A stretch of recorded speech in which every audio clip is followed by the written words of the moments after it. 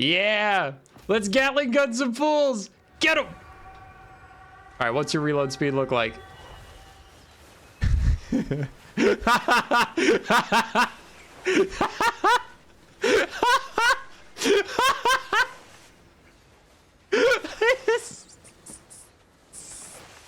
Stop it. No, that's fucked up. It's a Gatling gun bolt thrower.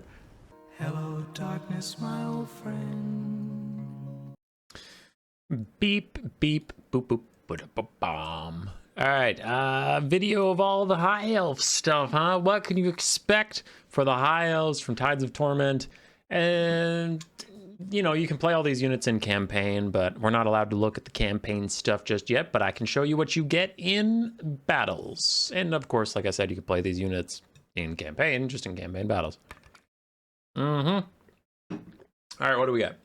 First thing, this could be a bug, but when I have unit caps on and I switch to, where are you? Wood elves. Coadil is grayed out, but for the high elves, Alistar the White Lion is not grayed out anymore, and I can hit start battle. Whereas if I grab some extended roster stuff, like turn the unit caps off, grab an extended roster, turn the unit caps back on, it won't let you start the battle. So it looks like we finally get Alistar the White Lion. That's pretty huge. Love that. Just got paranoid I wasn't recording, but I am, so we're good. All right, so it looks like we finally get Alistar the White Lion in multiplayer. Does have a Star Dragon mount, Sun Dragon mount, Lion Chariot, and a Great Eagle. On his Eagle, he loses his armor piercing, so you might not see him there, but he does give flaming attacks and flame resistance to people just nearby him. Only 35-meter range, that is pretty whatever. But if you're fighting Chaos Dwarves, I could see him maybe being a good, cheap Lord option. So that's pretty hype. I always liked more options. It was kind of dumb that he was campaign exclusive, in my opinion, because he didn't seem that overpowered. Then what else do we have to look for truly new units? We have Sea Lord Iceland, Sea Helm, Caradrian, the Mist Mage. We have Ship's Company. I need to turn unit caps off. We have Ship's Company ROR. No new archers, no new cav. We do have the Skycutters. We will have some replays. I'm just going to look at all the units in this screen first before I dig into the replays, so don't you worry about that. All right. So your new generic lord is the Sea Helm. Looks like he's an anti-large, non-armor piercing combatant.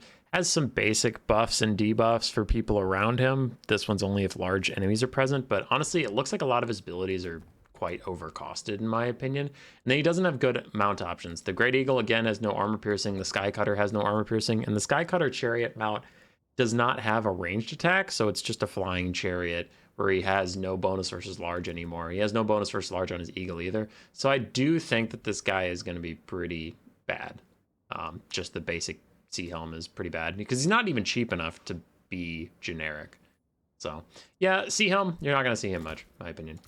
Sea Lord Iceland, Star Dragon mount or Skycutter chariot, so he has to be flying if he's on a mount. Bonus versus infantry on foot. Iron-handed captain is cool. Well, I'll show that in a little video in a second, but yeah. His ability's cool. Master of the Mist is okay. It's a one-time use, though, that's a little rough. But he does have Potion of Toughness, so he can bring his own healing, and he can get extra missile resistance, which if you're giving yourself a Star Dragon with healing and missile resistance, that can be pretty strong.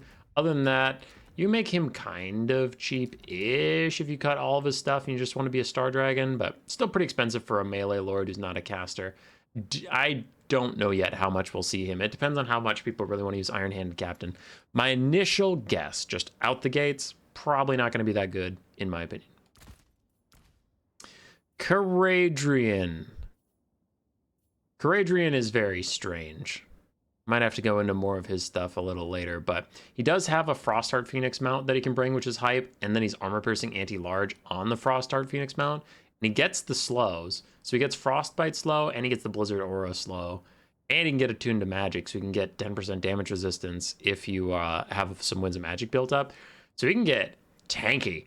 It also has Faint and Riposte like Tyrion does. Phoenix Blade makes people flammable, which is interesting because he doesn't do fire damage on any of his mounts, so he does have to set someone else up for that success, or you can just cut it, but yeah. Then he has a Mortis engine that does more damage than any other Mortis engine in the game, but you have to be less than 20% hit points, which can take a long time to get that low. So it's interesting. It's worth 200 gold. I don't know. We'll have to see games, but it depends on how low you have to get for that thing to start proccing, honestly. And then he has a heal he can cast on infantry-sized units. So that's cool. It's an infinite use heal, too. It just has a long cooldown. I could see Caradrian being used. It's just difficult because high elf heroes are expensive, so then you have an expensive lord and an expensive hero, but I could actually see him getting some use. He looks kind of sick. Mist Mage.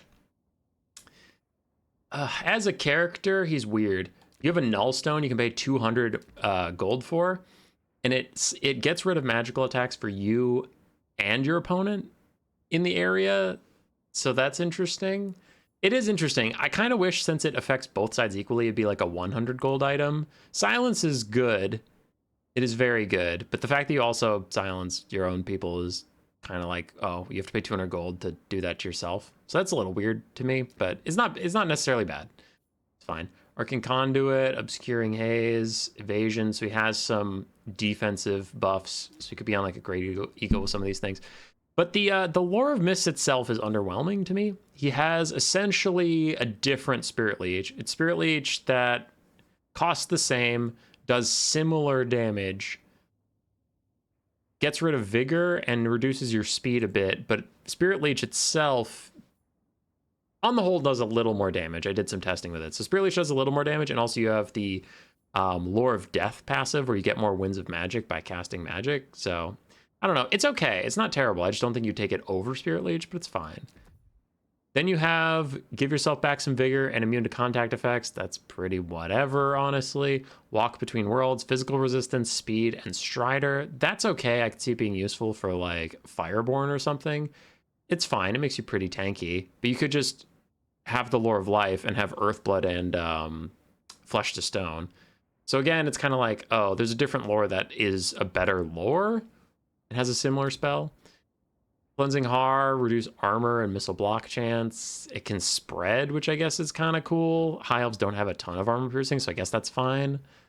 The Writhing Mist. Give yourself missile block chance and stalk and snipe and stuff, which is cool. And then you debuff your enemies. So it's like, it's a two-use kind of spell. You can either use it on your own missile troops to help advance, or you can use it on enemy troops to fuck them up a bit. And then there's Mistress of the Deeps. You can summon twice. You can summon Oceanids for 12 Winds of Magic. That's probably pretty good. We'll get into Oceanids in a second, but that's probably a pretty good spell. I don't think this Lore of Magic is terrible. I just think it's kind of meh. I think it's kind of meh. There's nothing wrong with it. There's not a lot great about it. It's just meh. But when you're on the roster of the High Elves, and I hate to be such a downer, we'll get into the good stuff in a second, but I feel like you have access to most of the greatest lores of magic in the entire game, so why do you need a hero who can cast meh? Like, it just seems weird. I don't think it's bad. I don't think if you take this, you're trolling. I think there's going to be some instances where it's good, but I just ask myself, it's like, is this ever going to be better than Earthblood or Regrowth spam? Is this ever going to be better than Burning Head and Fireball? Is this ever going to be better than Spirit Leech and Fate of Buna? Not really. I just see other spell lores being better, but it's not terrible. It's always good to have more things. So now, while I was kind of a Debbie Downer on the lords and I guess the heroes, Caradrian I'm middle on. I think he has some hype stuff, but he might be too expensive to use it. This is where the High Elves start to actually get good shit in the DLC. Ship's Company are amazing. 400 gold for shielded sword infantry that do more damage than spears but are less tanky. They're essentially slightly worse bleak swords, but just being able to take a front line for 100 gold cheaper than your spearmen is pretty huge for the High Elves build diversity, so that's great for them. And it's still a good unit. Martial prowess on a sword unit, very good. Then you get an ROR Ships Company. It's just a cheaper White Lion of Chryse. If you don't have the money for a White Lion, you can get 225 gold off. You don't get the missile resistance. You don't get Woodsman. You do get Martial Mastery instead of Martial Prowess, and you get slightly worse stats. So it honestly compares very well to a White Lion. So some of your infantry could be a lot cheaper, which helps the high elves go a bit wider. Then you have stuff that, as a multiplayer competitive caster, I am not excited about. But if you like new units and you like powerful units, you do have the Lathern Skycutters. There's going to be a unit video on these tied into this somewhere, but these are still pretty obnoxious. 50 ammunition on the basic Lathern Skycutter. It's just a Scourge Runner chariot that can fly. Doesn't have armor piercing, but has a crap ton of ammunition. Whew! Oh, they're very strong when I tested them. Their melee prowess is okay. They're kind of like gyrocopters in melee, but still, it's just flying missile chariots. Then the bolt thrower variant does a ton of damage if you're shooting downwards at infantry from relatively close range. Oh, big damage. Big damage. Its single shot from a distance to snipe out single entities was pretty underwhelming in my opinion. Both very good. Then you have your monsters. We have the Oceanids, monstrous infantry. At first, their stat line wasn't really impressing me. Non-armor piercing weapon strength, bonus versus infantry is whatever.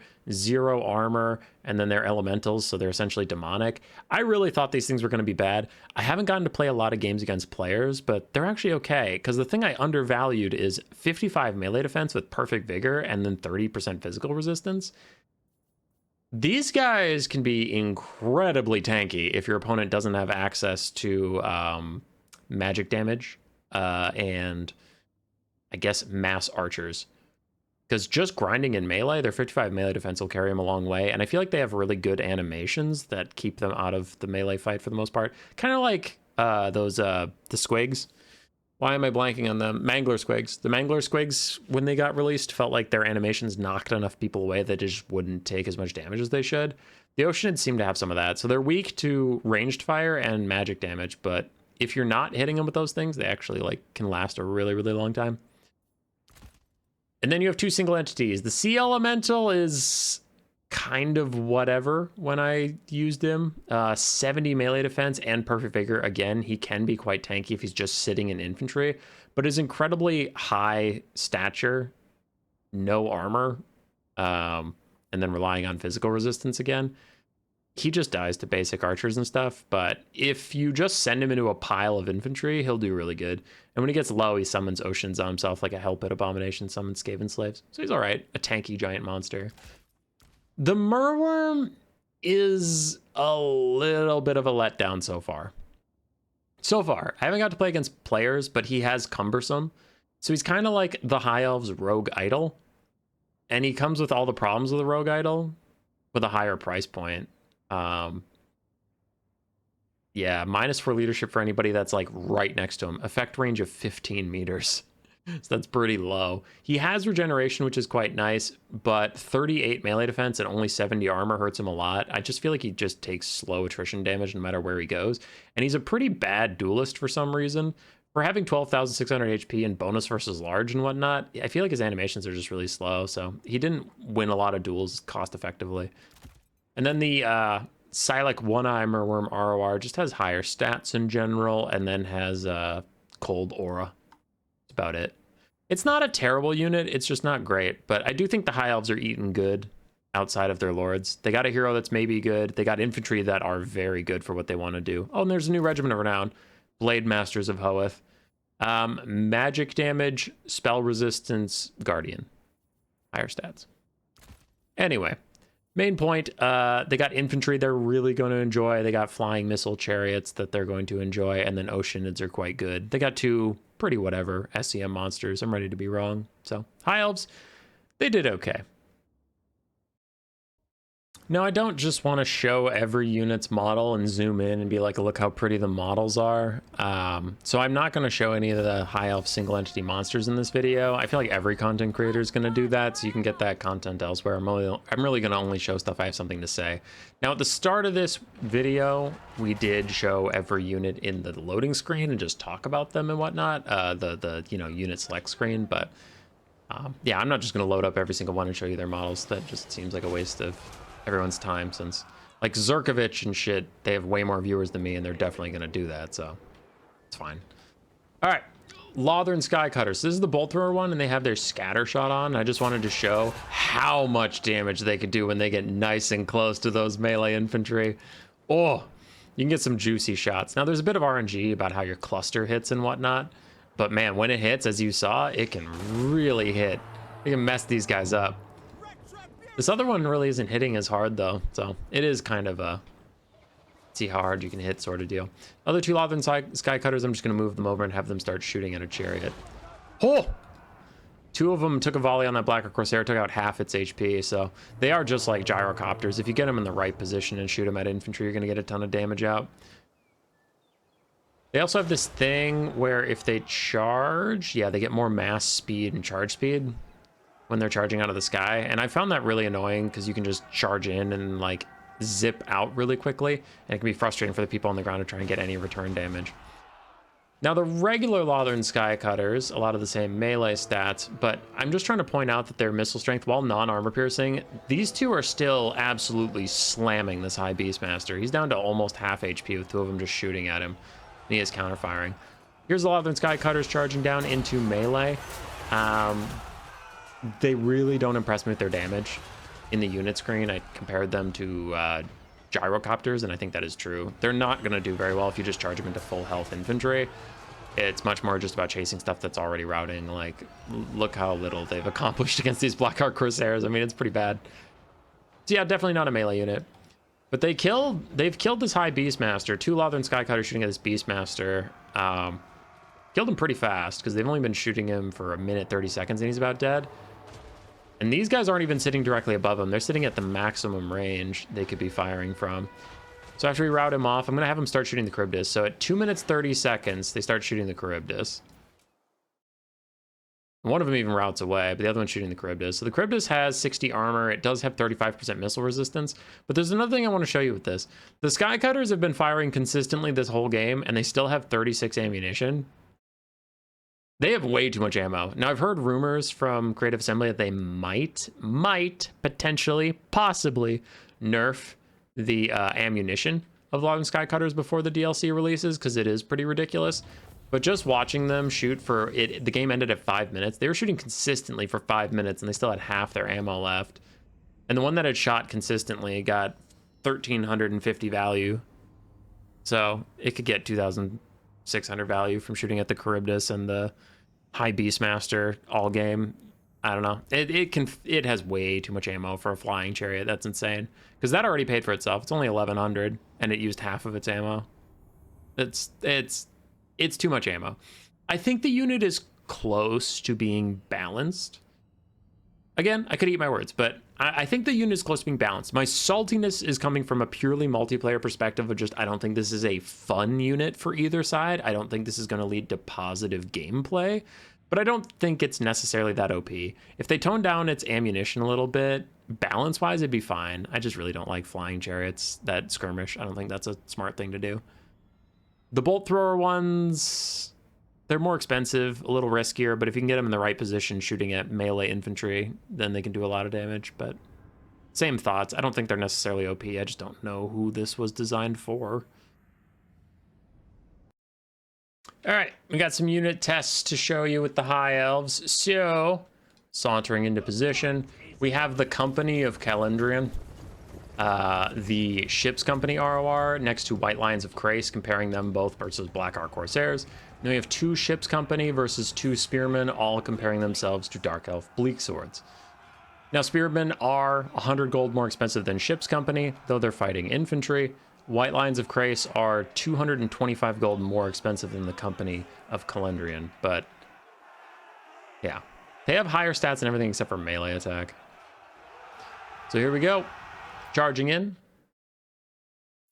Now the Dark Elves will get their Murderous Prowess procced at some point. So at this time point where I just randomly paused, Blackheart Corsairs are like dead even in HP between the White Lions and the Company. But the Company are at half HP and the White Lions are a little bit above that. So the White Lions are proving tankier, but the DPS output of the ROR Ship's Company is relatively similar. On the other side, the Bleak Swords that are fighting the Spearmen are much higher HP than the ones fighting the Ship's Company, but the Spearmen are also both much higher HP than the Ship's Company. So all of the new units so far, compared to their counterparts are tankier, and they're the new versions deal more damage but take more damage. Oversimplifying, because the Regiment Renown is not actually a white lion. And after Murderous Prowess is procced, we can see the White Lions have bested the Black Ark Corsairs. The other Black Ark Corsairs are doing very well into the Company of Glendrian, so that one's looking to be about a even trade. Both sides are going to die as the White Lions actually beat the Black Ark Corsairs. Ship's Company are starting to lose to the Bleak Swords now that Murderous Prowess is procced, which you would hope a 450 gold swordsman would beat a 400 gold swordsman. But also the High Elves are relying heavily on Martial Prowess and Martial Mastery. So once the Company of Glendrian lost their Martial Mastery, they started getting beat out by the White Lions of Crais, who have Martial Prowess, which is a worse upgrade, but they kept it for longer because they're higher defensive stats. They haven't lost the HP necessary yet. And the Spearmen are going to be similar. The Spearmen are still going to have Martial Prowess as the Ship's Company run out. So the White Lions and the Spearmen both last longer, but Ship's Company and the Ship's Company ROR do good damage. And they're just a solid, cheaper frontline option for the High Elves. And of course, they do better into infantry than the Spearmen did. Not really a shocker there. 300 value on each of them, 240 on the Spearmen's, 550 on the Company, 650 on the White Lions of Crais. And the White Lions still had a ton of HP left, whereas these guys were routed. All right, so we're booting up with some more unit tests. I brought the War Lions of Crais to compare them to the Oceanids. The Oceanids have 16 models, while the Lions have 24. And the Lions do have armor piercing, whereas the Oceanids don't. But you can see the Oceanids have a significantly higher HP pool, 3,000 more HP, which is almost 50% more in less models. So each model is going to take a lot longer to die. Also much higher melee defense, but no armor for the Oceanids. They rely purely on physical resistance and then missile and fire resistance, obviously. But it's all just resistances, which if you can cut through those isn't a big deal. Lions are also faster. 54 speed to 82. We're going to get into the fight. The Lions will hit first as I give them all orders, but the Lions are much faster, so that's pretty hard to avoid. Lions charge in, get some decent impact damage. In go those Oceanids. You can kind of see what I was talking about in the unit screen, how like the Mangler squigs, they just knock down people so much that I feel like their 55 melee defense doesn't do them justice, because they're taking like no damage. Between that high melee defense and just knocking people all over the place, they are very tanky. We can see the White Lions, the War Lions, are going to get done with their fray quicker. Rahagra's Pride is a regiment of renown, of course, but even the basic War Lion is doing very well. But the Oceanids have taken, like, no damage, like, literally none. So that's definitely their function. They just get in there, they're line breakers, but they last forever. I kind of compared them to Treekin, when talking to some other people who had the early access, but like they do more damage than Treekin for sure, but it is like they're just tanky. They're insanely tanky. So the High Elves gonna have some good backbreakers. I imagine they might be good in domination to get relatively quick units on the point. Go Oceanids, go. They have different little silly heads. We have some bird heads, we have some horse heads, we have more horse heads, and there's a bird head. Yeah. They're fun. They're neat. All right, on to some more unit testing. I believe this has everything left I want to talk about. Yes. Yes, this is the last section I need for the High Elf video. All right, I grabbed everybody I needed. So we have 2 Ship's Company. We have Caradrian. I took him on foot because I want to see if he can heal himself, but I think it might only be other allies. Anyway, took him on foot, didn't take a lot of his buffs because I want him to take damage so I can get the Mark of Assyrian going and show that a little bit. Then I have a Mist Mage. I also just wanted to see if his debuffs his own friends. Okay, and then we have Sisters of Avalorn, which I'll get to them in a second. All right, so first, start off, is Caradrian silenced? No. Ooh. You have to activate it. Okay, when he activates it, yeah, he silences Caradrian. Oh, he silenced Sea Lord Isla too. That's so fucked up. He doesn't silence himself, so that's nice, but he does silence all of his friends. Anyway, the Zargard are coming at me right now, and I am silenced for the... Oh, shit, I don't have to be... That's not good. I don't... That's super fucked up. you don't have to still be in his radius to be silenced for the whole duration. It's like a silenced soul stealer, but that's really bad for your allies. If you happen to catch any of them in it, they're just fucking stuck. You can't move him away. I thought it would follow him so he could pursue the enemy mage or whatever, but no, the silence applies permanently. That kind of blows. All right, so let's back up a little bit more. I just want a bit more range. I didn't know I'd be silencing myself like that. Okay. So if I do my Master of the Mists on this one. Don't reform. Don't reform. Don't reform. Bro, turn. There we go. So you can see their range is pretty insane compared to their sister. So the range on the Lord Iceland buff is pretty wild. Also, 25% more damage, a bunch of reload skill and stuff. These guys are just like a Gatling gun. So that's pretty cool. Iceland's buff is pretty sick. These guys just got in range now. And I'll do another comparison with that in a second. I actually just thought of one. But other thing I want to keep him around for, we will see. Okay, can I target myself? No, I have to target an ally. So here's my buff on my ally, Captain of the Phoenix Guard. I am healing them and giving them 30% physical resistance, which is quite nice. I'm looking at the mist spells to see if there's really anyone worth using, but I guess there's the Spirit Leech one. The hard part about this lore is it's not flashy at all. It just kind of is. Okay, here's what I wanted to show, though. This guy's about to rout, so I wanted to show his Iron-Handed Captain. Iron-Handed Captain. So that guy's routing. Bam, not anymore. He rallied. Plus 100 leadership and instant rallying. So they can rally even in the face of enemies. So that's pretty good. I don't know if it has the most synergy in the High Elf roster, though, to be honest, because like their leadership is already pretty cracked. So I don't really think there's that many of them that are routing. But it does essentially make any High Elf fight to the death, which is fine. So I'm looking at these spells, trying to think of one to even show here. I mean, there's reduced armor, there's physical resistance and speed. But really, I mean, the only one you can really do is just summon Oceanids, and they do good work, and we already saw that in the other unit test. I need Caradrian to take damage, so that's why I'm not trying to show that off too much. Is Caradrian unbreakable? No, he's not. Why isn't he unbreakable? Stupid. Bullshit.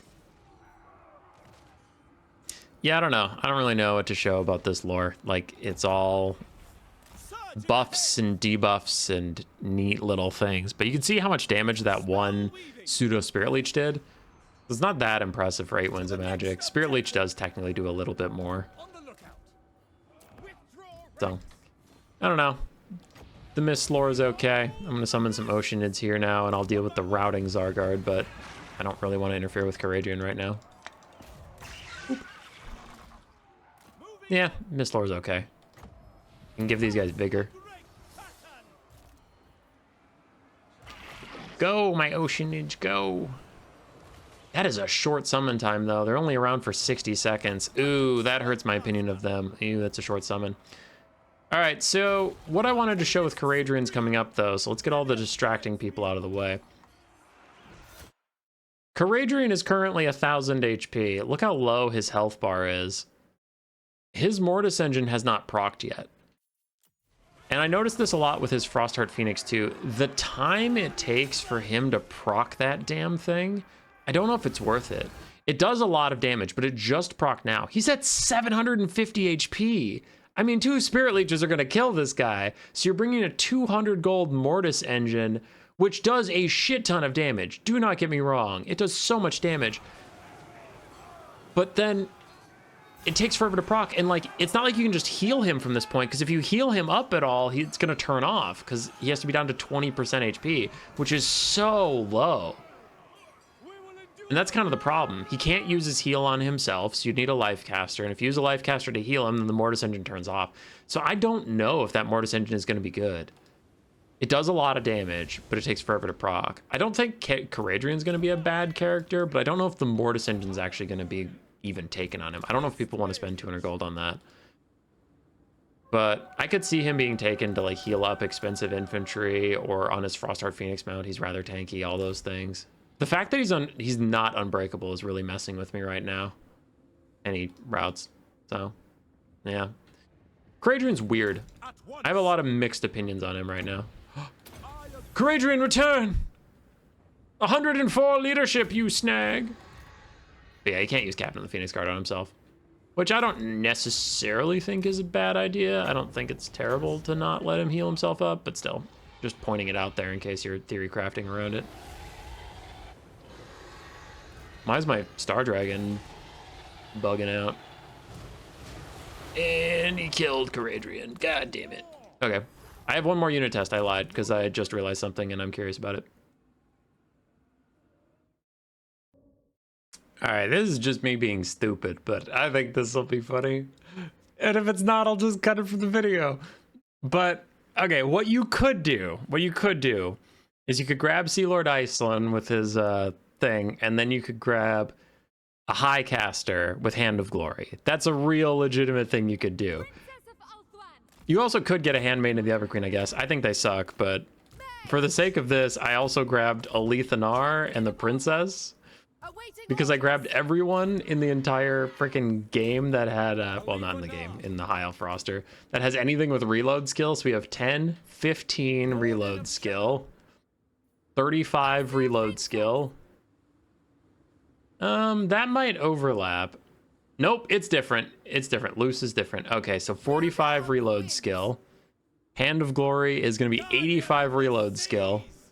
We're going to have 105. 105 reload skill, everybody. Let's see it.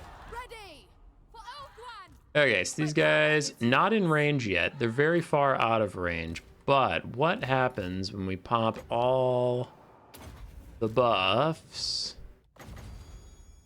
Oh, extra reload skill on Hand of Glory Overcast. Yes, please.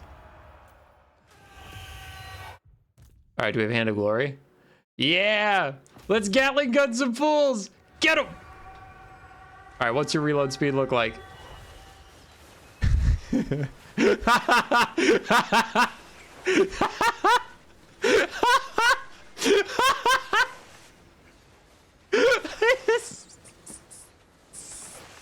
Stop it. No, that's fucked up. It's a Gatling gun bolt thrower. Still a couple seconds left on Hand of Glory, but it faded. Let's see their damage value in that combo. Yeah, 1800, baby.